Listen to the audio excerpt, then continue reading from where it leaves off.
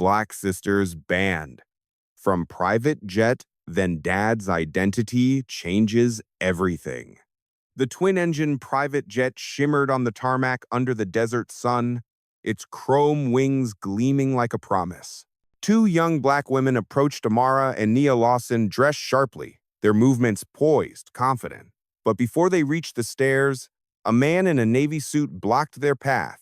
"Ladies," he said, voice slick with superiority, "this jet isn't available for public charter. Guests for this flight are pre-approved." Amara frowned. "We are the guests," he chuckled. "Right. And I'm the King of England. Let's not make this awkward. There's a lounge inside economy section where you'll be more comfortable." The sisters exchanged glances. Nia's jaw clenched. Amara's eyes narrowed. "Check your manifest," Amara said evenly. "I don't need to," he replied, turning away. "Our clients don't look like—" "Finish that sentence," Nia said, her voice low, dangerous. Before he could, Amara pulled out her phone, pressed a contact, and said, "Dad, it's happening again." The man smirked until his radio crackled. "Ground crew, stand down immediately. Those are Mr. Lawson's daughters. Welcome to Respect Wind Stories, a place where powerful tales come alive, and every word carries meaning. No matter where you are watching from New York, Texas, California, or anywhere across the United States, even from the other side of the world, I would love to know where you are joining from today. Share it in the comments below. And while you do, sit back, relax, and let your heart open to a story that will move your soul and spark your imagination. Every story here carries a message, because in the end, respect always wins. Let us begin. Amara and Nia Lawson weren't just passengers. They were heirs, daughters of Victor Lawson, the enigmatic billionaire behind Lawson Aero, one of the largest private aviation networks in the world. Their father had built his empire from the ground up, transforming an old scrapyard into a global fleet. Yet, he'd raised his daughters to walk humbly, to earn respect before revealing power. This flight was meant to be simple, a trip to Geneva for a business conference on sustainability. But it wasn't the first time arrogance had tried to ground them. Growing up, they'd watched people's faces shift from contempt to panic the moment their last name was revealed. And every time, Victor Lawson had reminded them, "Don't fight ignorance with anger. Fight it with truth." But today's encounter was different. Today, the sisters weren't just being disrespected, they were being banned from their own father's plane. And that was about to end very, very badly. The wind whipped across the private runway, carrying the scent of jet fuel and arrogance.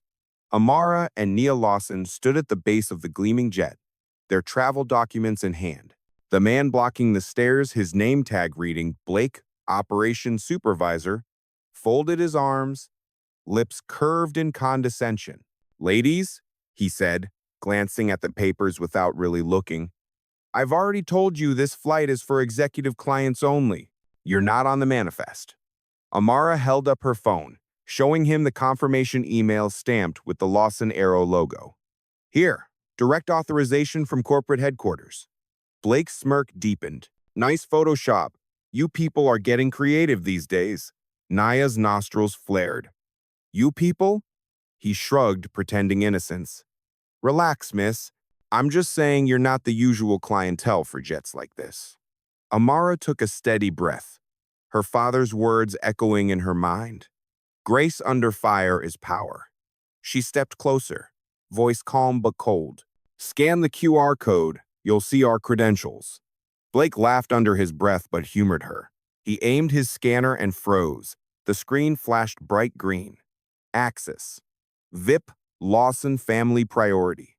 His smirk wavered. He quickly masked it. Must be a system glitch."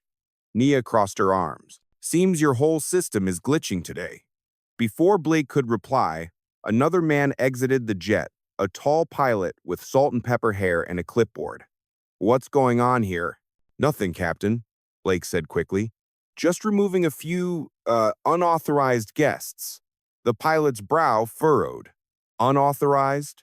He checked the manifest, eyes widening. These are Victor Lawson's daughters. The color drained from Blake's face. Wait, what? Nia's smile was sharp. Still think we don't look the part? The pilot's tone turned icy. Blake, step aside. Immediately. But Blake's arrogance fought to survive. Sir, I didn't know. They didn't say who they were. Amara tilted her head. We didn't have to. Professionalism shouldn't depend on last names. The pilot nodded curtly. You're absolutely right, Miss Lawson. Please, board the aircraft. We'll handle this. Blake sputtered as the sisters brushed past him. His voice cracked as he tried to recover authority. Look, this is all a misunderstanding. But it was too late. Inside the jet, the sisters settled into the leather seats as the crew scrambled to regain composure. One attendant whispered urgently into a headset. Another glanced toward the door where Blake stood frozen, pale, watching the very people he had dismissed minutes ago now treated like royalty. Nia leaned toward her sister, whispering, Think Dad saw the notification yet? Amara smirked. Oh, he did. And I guarantee you, he's on the phone with half the airport right now. As if on cue, Blake's radio crackled. Ground control to Blake. Cease operations immediately. CEO Victor Lawson is en route to the hangar. His knees nearly buckled. He's coming here? Immediately, the voice repeated. The sisters exchanged a knowing look. Nia grinned. Guess we're about to have company. Blake stared at the plane as if it were a courtroom and he was waiting for the judge. His arrogance drained faster than fuel from a jet tank.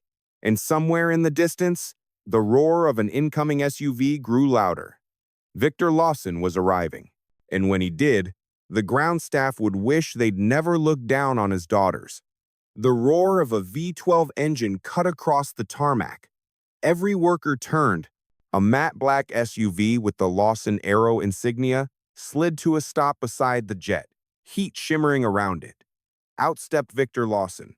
He wasn't dressed like a billionaire, no suit, no entourage, just jeans, rolled sleeves, and the quiet authority of a man who owned everything within sight.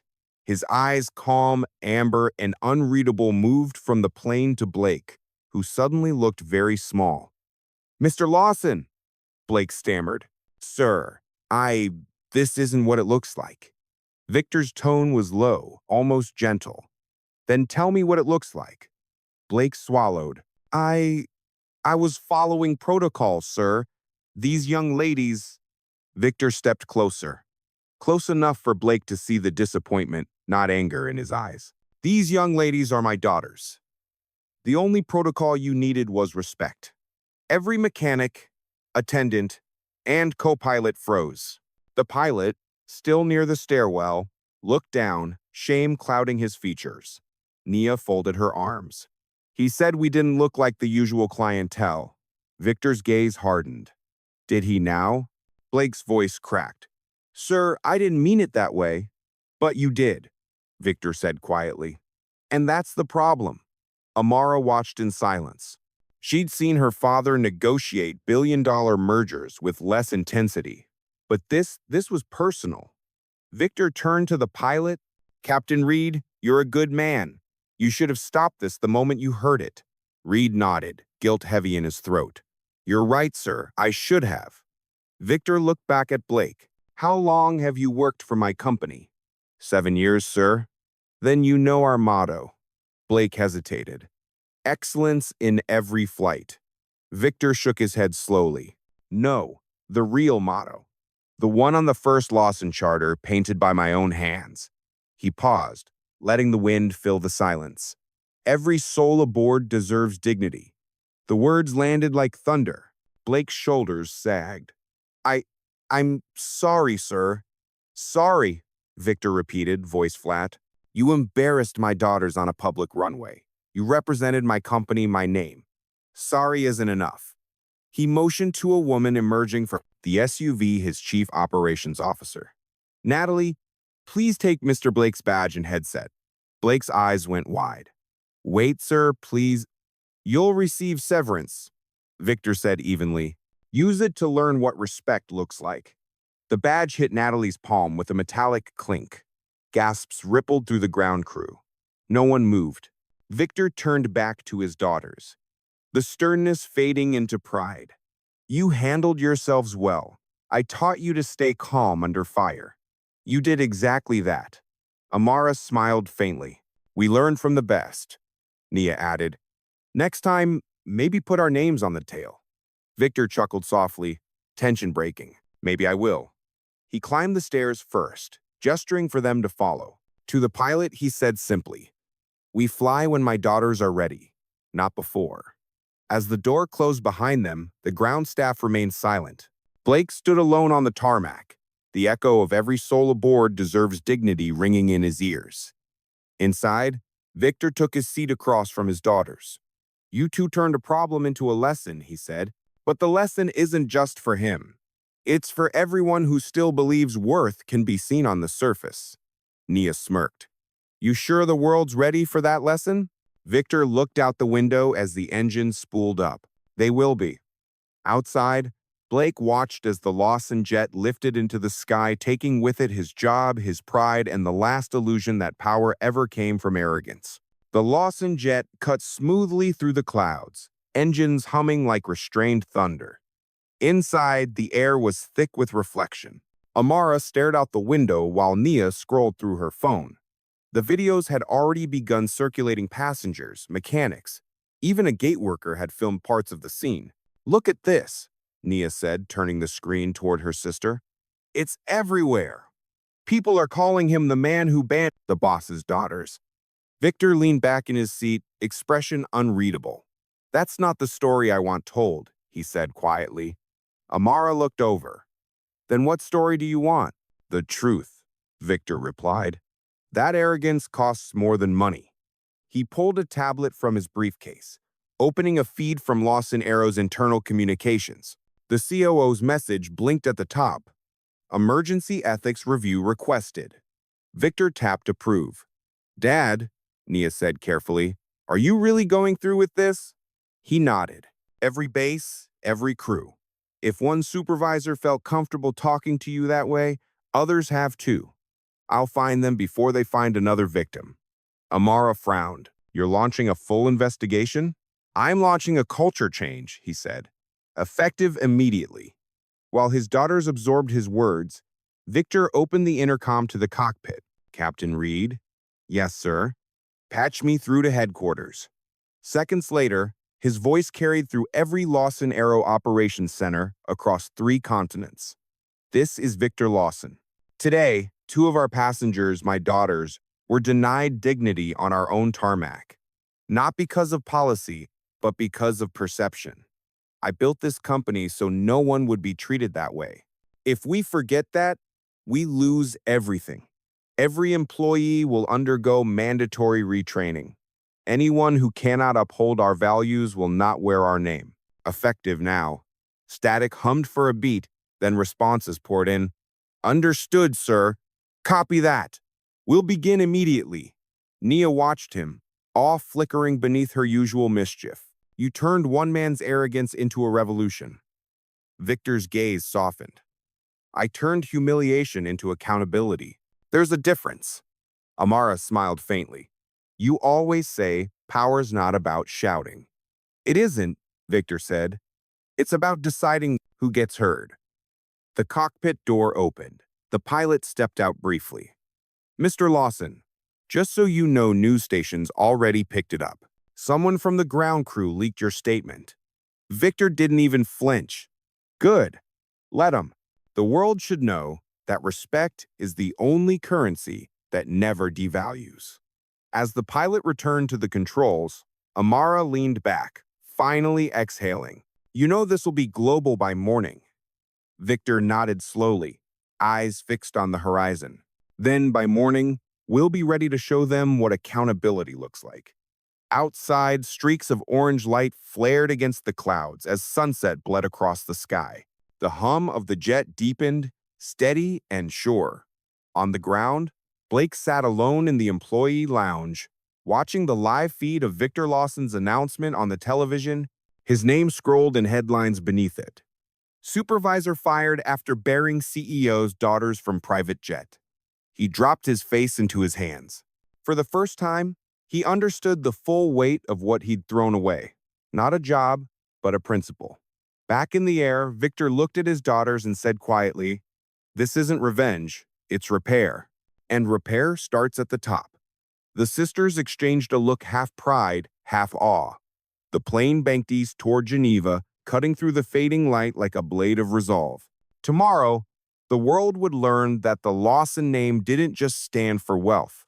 It stood for dignity that could not be denied. By morning, the footage had exploded. A mechanic's phone video, 38 seconds of humiliation, was now on every social feed in existence. It showed the sisters standing at the foot of the jet, Blake sneering, the scanner flashing green, and the gasp that followed when someone off-camera whispered, "They're Lawson's daughters."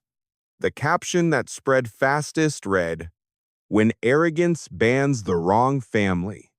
Amara woke to the sound of her phone buzzing non-stop on the hotel nightstand in Geneva. She blinked against the glow, hundreds of missed calls, dozens of interview requests, and a flood of messages tagged number Lawson sisters and number every soul deserves dignity. Nia was already awake, sitting cross-legged on the opposite bed, scrolling. "We're everywhere," she said. "It's on the BBC, CNN. Even the morning shows." Amara rubbed her eyes. "I didn't even post anything." "You didn't have to," Nia said, turning the screen. "The world did it for us." On one clip, commentators debated whether the incident was about race or power.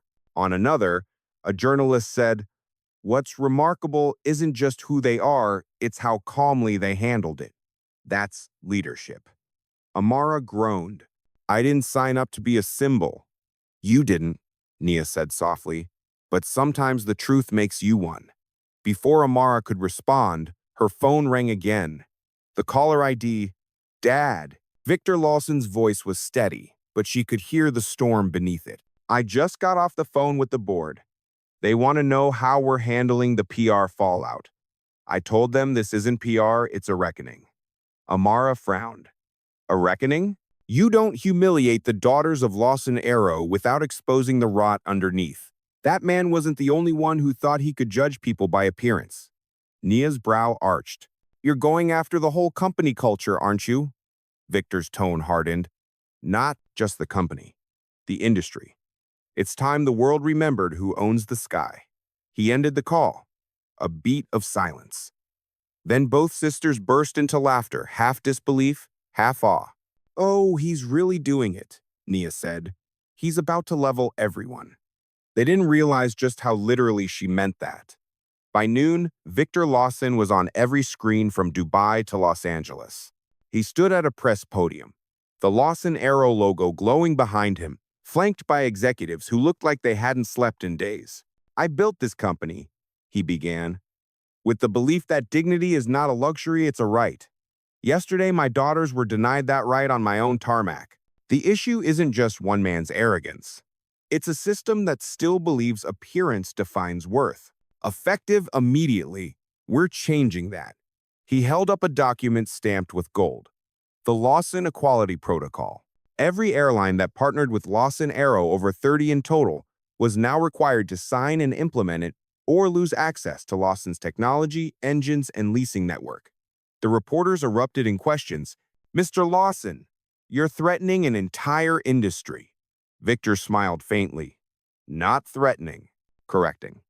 As cameras flashed, the clip cut to the sisters watching from their hotel room, speechless. The screen reflected in their eyes news anchors repeating their father's words. Nia whispered, "He's turning one insult into a global standard." Amara exhaled, a small smile forming, and they said we didn't look like we belonged. By evening, Victor Lawson's speech had detonated across the world. News banners screamed, "Lawson demands industry. Wide equality protocol." Private aviation execs panic as Lawson cuts contracts. The sisters who sparked a revolution. In boardrooms from London to Singapore, executives argued over conference calls. The Lawson Arrow network powered half of their fleets. Losing it meant losing billions. Within hours, 3 rival companies released statements pledging to adopt Victor's new standard. The others hesitated, and the internet noticed. Amara scrolled through the chaos, watching hashtags multiply. Number Lawson Standard. Number Sky for All. Number Never Again. Each post felt heavier than the last. A simple act of dignity had become an uprising. Nia sat at the hotel desk, phone buzzing nonstop with interview requests. They want us on Good Morning America, BBC One, even Forbes Women. Amara rubbed her temples. I don't want cameras, I just wanted respect. Respect doesn't trend, Nia murmured, but maybe it should. A knock on the suite door interrupted them. Their father's chief of communications, a precise woman in a tailored gray suit, entered carrying 2 tablets. Your father asked me to brief you, she said. The board is meeting in an hour. He's calling in from Geneva HQ. Amara straightened. How bad is it? The woman's eyes softened. Bad for them. Monumental for you. She laid out the data. Viral reach in 92 countries. Shareholder votes surging in Lawson Aero's favor. Petitions demanding other airlines join the protocol. And Mr. Lawson, she added carefully, has decided to resign as CEO effective immediately. Nia froze. What? Amara's heart thudded. He's stepping down? The advisor nodded. He says this movement should belong to you. The sisters stared at each other, words caught in their throats. Their father wasn't just fighting an industry, he was handing them the sky. The video call pinged.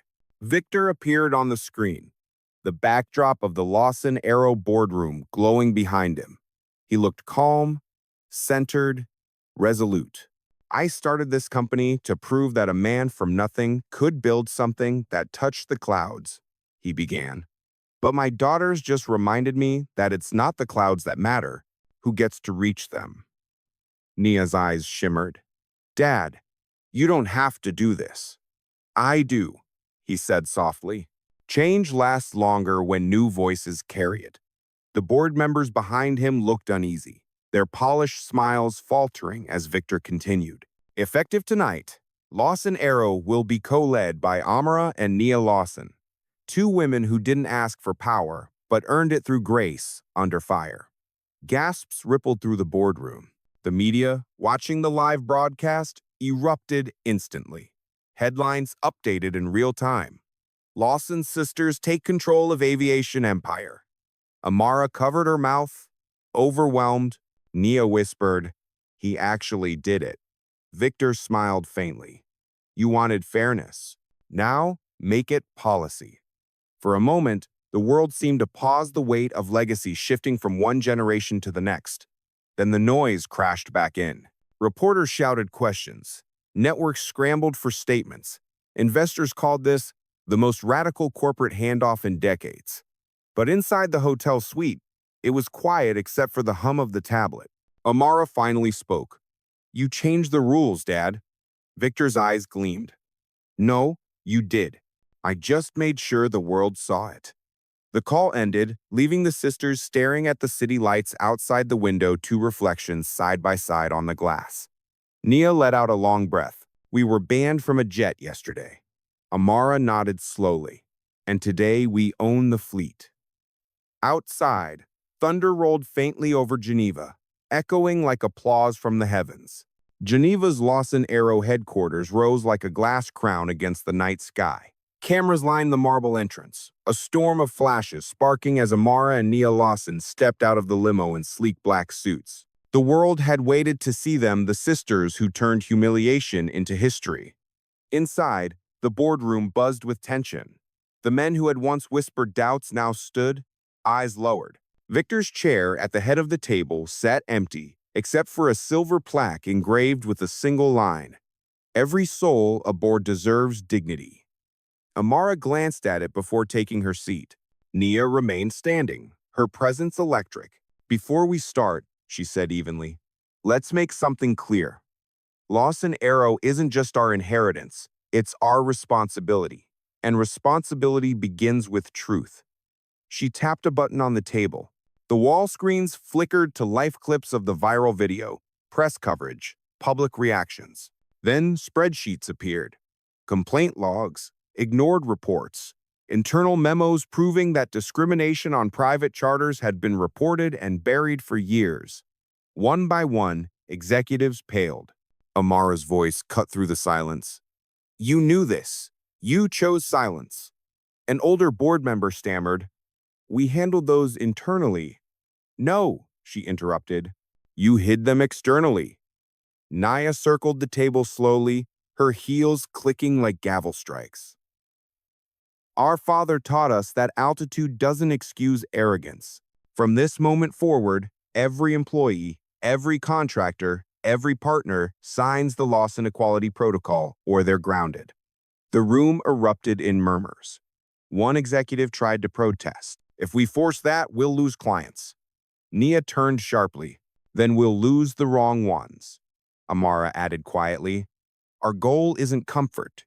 It's conscience. Their words hung in the air, measured. Final. The sisters had come not to inherit power, but to redefine it. From the corner of the room, a familiar voice spoke. Victor Lawson stepped in, watching his daughters command the room that once answered only to him. I thought I'd stop by, he said with a proud smile. Seems I'm obsolete. Amara rose smiling. Never obsolete. Just promoted to legend. Laughter rippled through the tension, the first genuine sound in hours. Victor looked around the table, then at the plaque. You all built this company with me, he said, but these two will build it better. Listen to them. He turned to leave, but paused at the door. Oh, and one more thing, if anyone here thinks this new direction is optional, the exit's right behind me. No one moved. When the doors closed, Amara and Nia exchanged a look that needed no words. The torch had passed. Later, in the hangar below, reporters waited for their statement. The sisters stepped onto the small platform beside the same jet they'd once been banned from. The cameras lit up.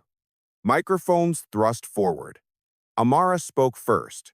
Yesterday, we were told we didn't belong. Today, we stand as proof that we always did. Nia continued, her voice ringing clear through the hangar.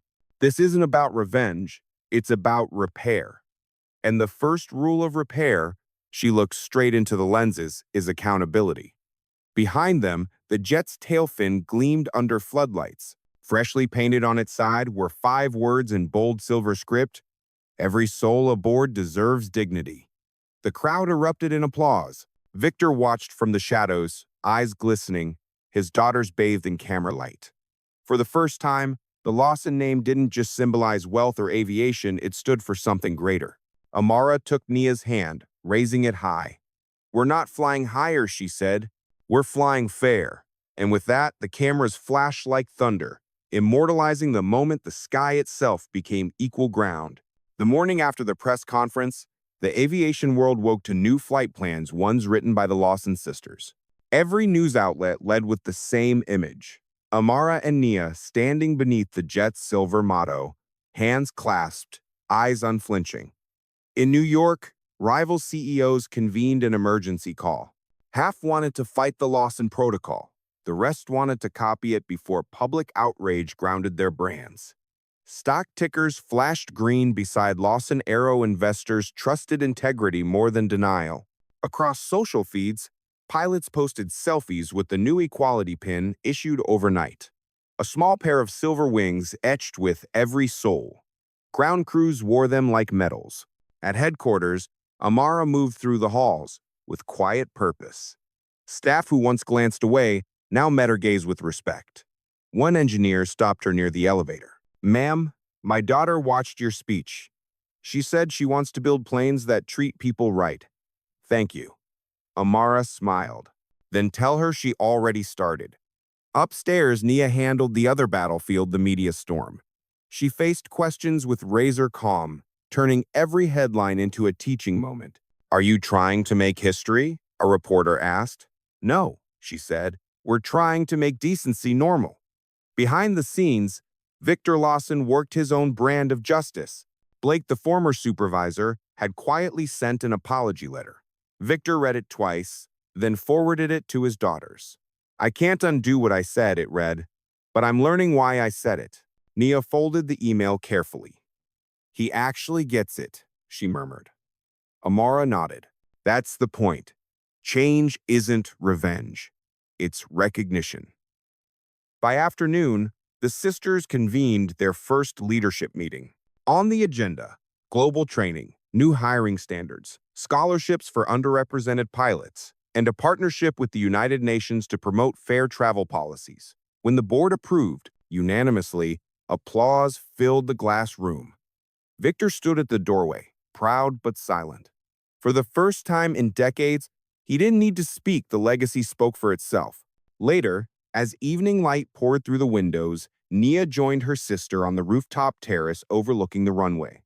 Dozens of Lawson jets lined up below, each bearing the new motto in silver. You think Dad ever imagined it'd come to this? Nia asked. Amara shook her head, watching a jet lift into the crimson sky. He imagined dignity. We just gave it wings. They stood side by side, the noise of engines below blending with the hum of a world finally changing course. Across continents, the ripple spread. Airlines in Asia and Africa signed on. Europe followed within days. Travel blogs dubbed it the Lawson effect. Even passengers began sharing stories, pilots greeting them by name, attendants treating them like equals, not profiles. In one viral clip, a small child pointed at a Lawson jet and said, "That's the fair one." The sisters saw it that night and laughed through tears. Amara whispered, "We didn't just fix a company." Nia smiled, eyes shining. "We fixed the altitude." And somewhere in the distance, another jet lifted off, its tail gleaming under the sunrise, proof that sometimes justice doesn't shout. It soars. Within a week, the sky itself seemed to change color. Rival airlines that had mocked the Lawson reforms now fought to imitate them. Public trust became the new fuel. Cheap arrogance could no longer keep a fleet aloft. In London, a rival CEO attempted a press conference to downplay the Lawson protocol. His words, "We treat all passengers fairly already," were drowned out by reporters waving printouts of old complaints. The market reacted faster than any apology. By sunset, his company's stock had nosedived 23%. A headline summed it up perfectly. Ignorance hits turbulence. Meanwhile, at Lawson, Aero's headquarters, Amara scrolled through the latest analytics.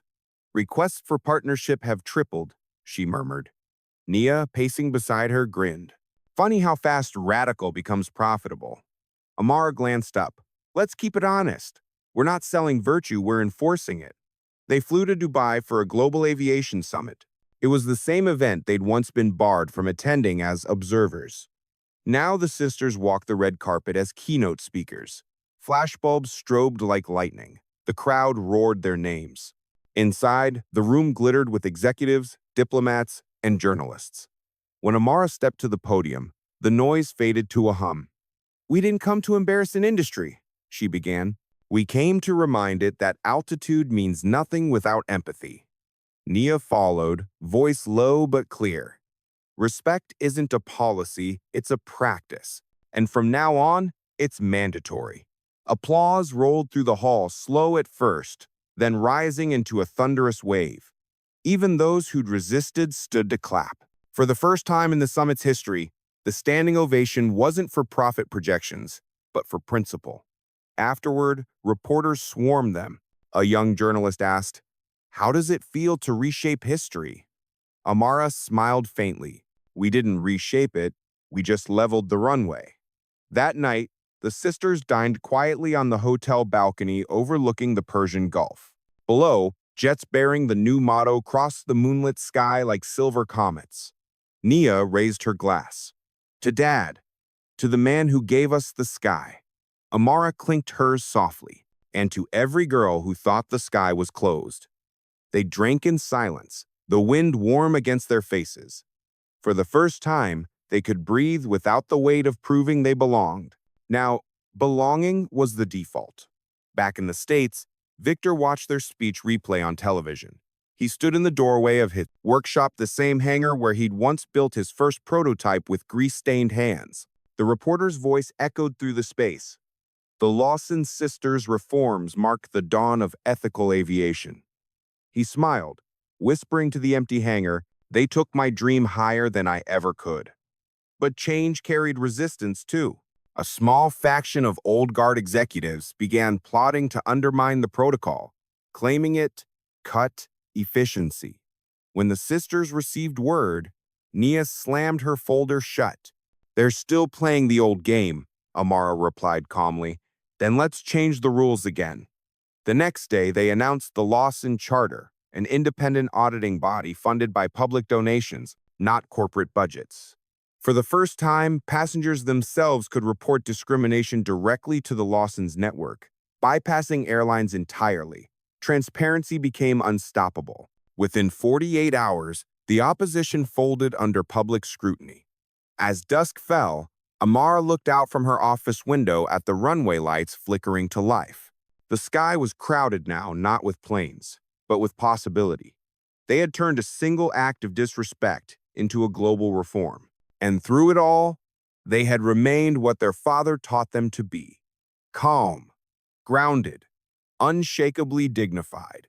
3 months later, the world was still buzzing from what reporters now called the Lawson Reformation. Airports carried posters quoting the sisters' words. Training videos opened with Victor Lawson's motto.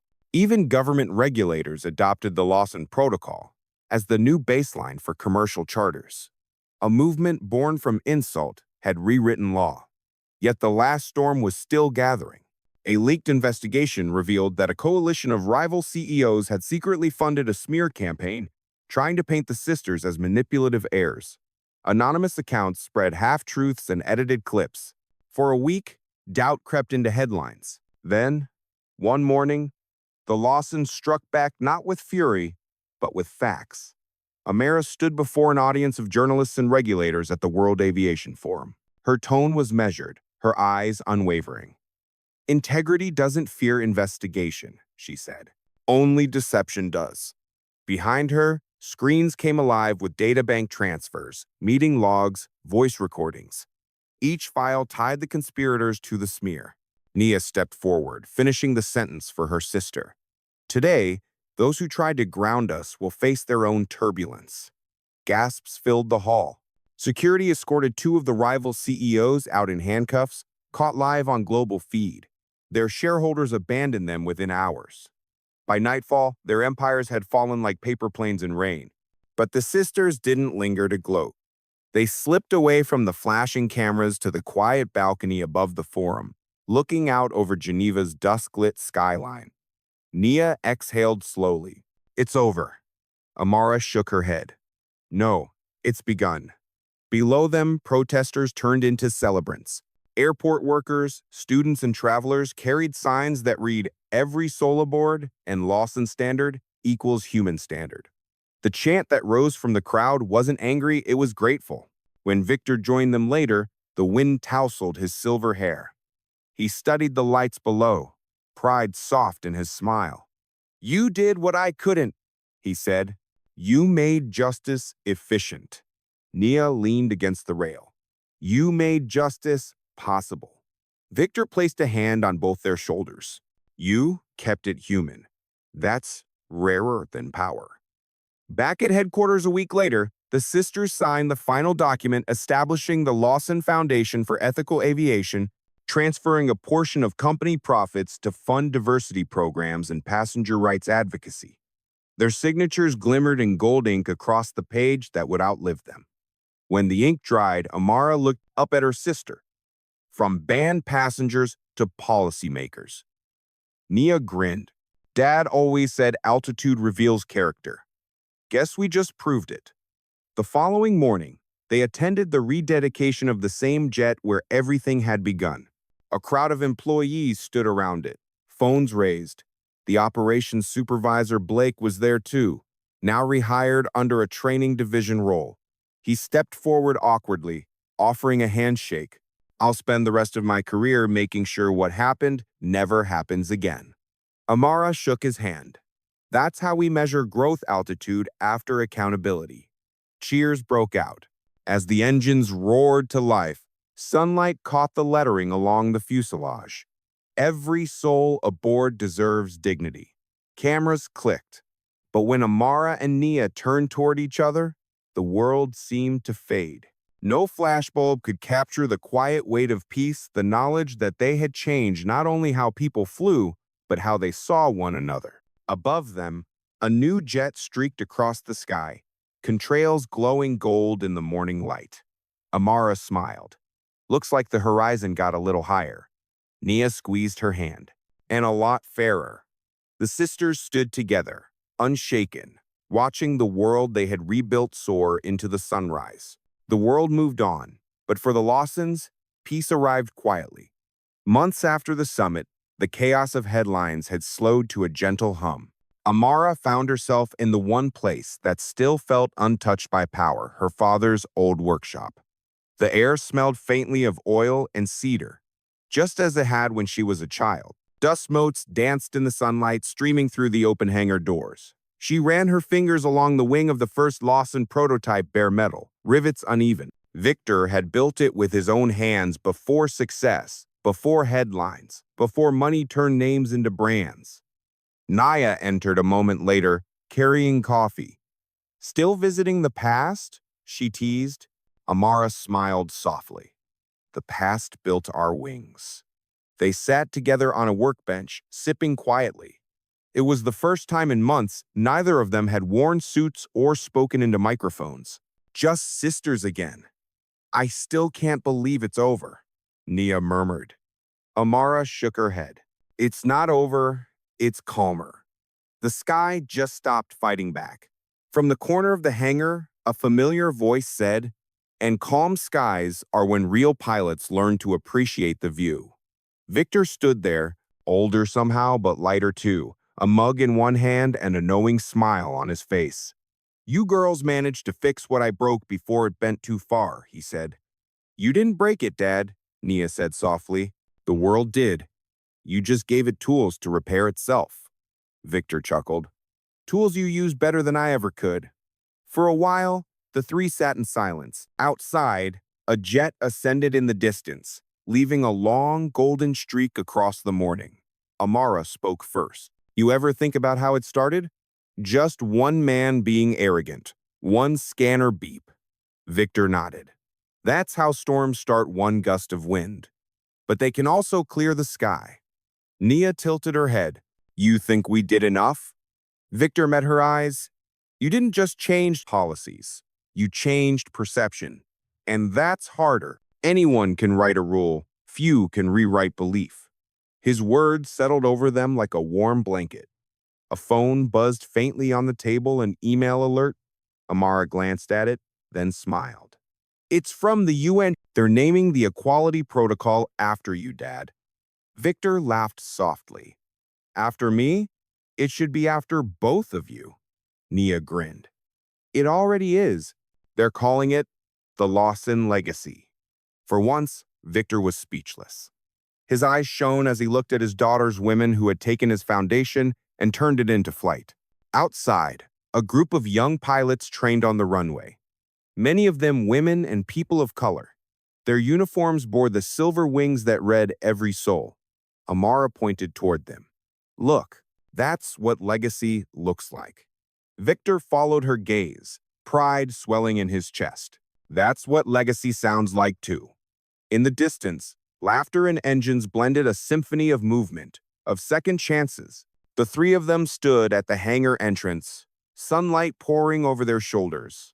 The world that had once doubted them now moved by their rules. Naya exhaled slowly. You know, for the first time, I feel like we belong anywhere we walk. Amara smiled. Because we stopped asking for permission. Victor placed an arm around each of them. And you taught the world why it should never have asked you to prove it. For a long while, they simply watched the sky, quiet, content, at peace. The engines overhead no longer sounded like machines, they sounded like gratitude. A year later, the Lawson Foundation's first outreach program opened in Atlanta. The hangar-turned academy smelled of new paint and jet fuel, filled with rows of eager students wearing crisp blue uniforms. On every sleeve shimmered a small patch silver wings inscribed with every soul aboard. When Amara and Nia stepped inside, the chatter stilled. 200 young Trainees pilots, engineers, dispatchers rose in unison. The sight pulled at something deep inside both sisters. They weren't boardroom icons here. They were proof that doors once closed could stay open for everyone who followed. The head instructor greeted them at the podium. "Students," she said, her voice steady with pride, "today you meet the women who turn the sky into common ground." Applause broke like thunder. Amara began softly. "You'll fly further than we ever did, not because the wind changed, but because you won't have to fight it first." Her gaze swept the room, faces of every color, eyes bright with belief. When people tell you that you don't look like you belong in the cockpit, remind them the sky has no color. Nia stepped forward, her energy electric. And when arrogance tries to clip your wings, remember, gravity only wins when you stop pushing back. Laughter rippled through the crowd, followed by cheers. Cameras flashed. But Amara noticed something more meaningful. The quiet smiles, the nods, the tears quickly wiped away. They weren't witnessing fame. They were witnessing permission. After the ceremony, a shy girl about 12 approached them, clutching a model jet. "Miss Lawson?" she asked, voice trembling. "My brother says girls can't be pilots, but I told him you fly companies." Nia crouched to her level. "Then tell your brother the sky's hiring, and you're already first in line." The girl grinned wide enough to light the hangar. Later, the sisters toured the training bays. Rows of simulators buzzed softly. Monitors showed endless digital horizons. The students saluted as they passed.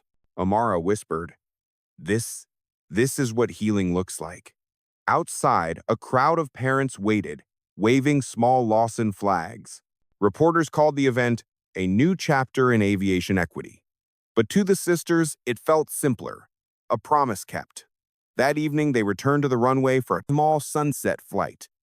Their father waited by the jet, older, slower now, but eyes still bright. "I thought I'd take my favorite co-pilots for one last ride," Victor said. In the cockpit, Amara handled the throttle while Nia managed the comms. The engines purred alive. Lights streaked across the asphalt as the jet gathered speed.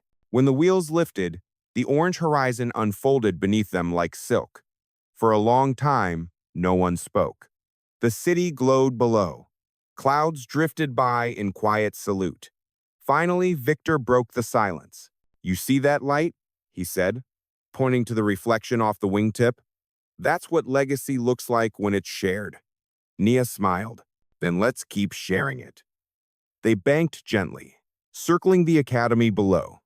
From this height, the training hangar looked small, but inside it, hundreds of futures waited to take off. Amara's voice softened through the headset. "Dad, thank you for teaching us to fly without asking permission." Victor replied, "You taught me to land with purpose." The cabin filled with golden light as they leveled into the sunset. The moment felt endless, three silhouettes, bound not by power, but by belief. When they touched down again, students were waiting outside, cheering, cameras flashing against the darkening sky. Amara looked at her sister, a quiet smile playing on her lips. "Looks like they're ready for their own flight." Nia nodded. "Good, because tomorrow it's their turn to rise." And somewhere above them, the last streaks of daylight cut through the clouds like silver wings, proof that justice, once airborne, never lands. 10 years later, dawn spilled across the same runway where it had all begun. The world was different now. Calmer, wiser. Airports felt less like fortresses and more like gateways. Crews greeted passengers by name, not assumption. And in the distance, a new monument gleamed, a sculpture of two soaring wings, engraved with 5 familiar words. "Every soul aboard deserves dignity." Amara Lawson adjusted the microphone on the podium. Her hair had silver at the temples now, but her voice still carried the quiet authority of the woman who'd once stood on this tarmac demanding respect. Behind her sat hundreds of guests, leaders, pilots, students, and her sister Nia, whose laughter still filled every silence like sunlight. "Today," Amara began, "we dedicate this airfield to a man who believed flight could teach us equality before the world understood it." She turned slightly. An empty seat held a single rose, and Victor Lawson's flight cap. He built engines, she said, but he really built bridges. The crowd rose in applause that rolled like wind through turbines. Nia wiped a tear, smiling at the sky. Dad would have loved this, she whispered. Amara nodded. He's probably watching, complaining about how long the speeches are. Laughter rippled, breaking the formality. After the ceremony, the sisters walked the edge of the runway together. Students from the academy now, an international network, lined the path in crisp uniforms.